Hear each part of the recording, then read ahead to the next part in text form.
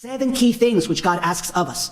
Number 1, the consecration of Russia to the Immaculate Heart of Mary still hasn't taken place. And this was asked for from heaven in 1929. I think it's so sad that right now in our Catholic Church, there's so many faithful Catholics, many of them traditional Catholics, priestly fraternity, like for example, the Society of St. Pius X.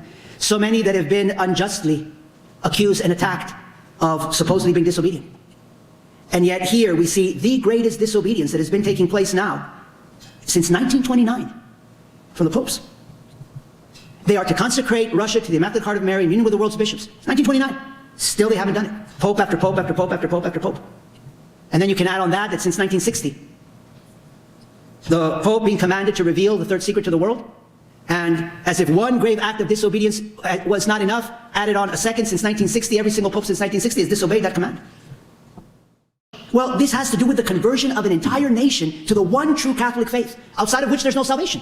Without the Catholic faith, there is no salvation.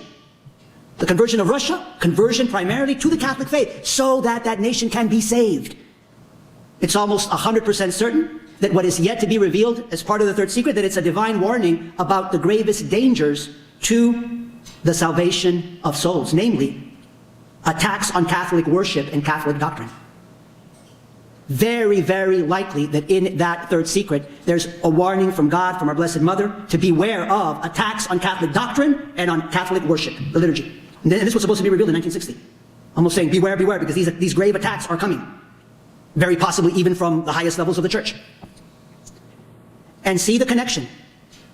How are souls going to get to heaven if Catholic doctrine is not preached in its truth and in its fullness? If there is not the true worship of God, Catholic worship, authentic Catholic worship, the traditional Latin Mass, how are souls going to be saved?